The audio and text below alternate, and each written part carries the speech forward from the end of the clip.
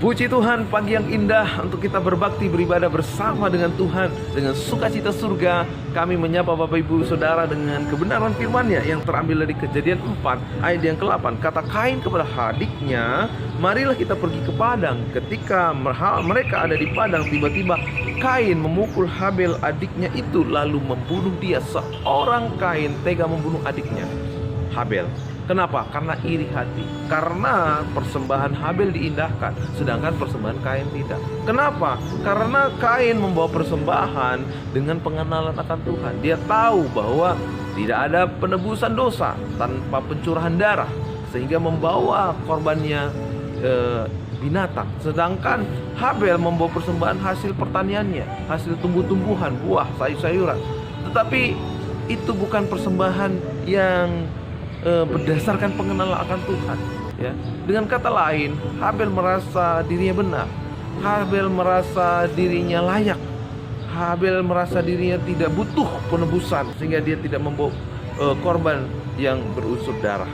Dia tidak mengenal apa yang sedang ia lakukan. Sedangkan Habel membawa persembahan yang berunsur darah. Dia tahu dia butuh penebusan. Dia merasa butuh penebusan. Dia tahu dia orang berdosa. Dia butuh penebusan, sehingga dia membawa korban binatang. Dan ketika itu persembahannya diindahkan. Nah saudara, kita butuh penebusan darah. Kita butuh pencurahan darah untuk pengampunan dosa-dosa kita. Dan darah Yesus telah tersedia bagi kita.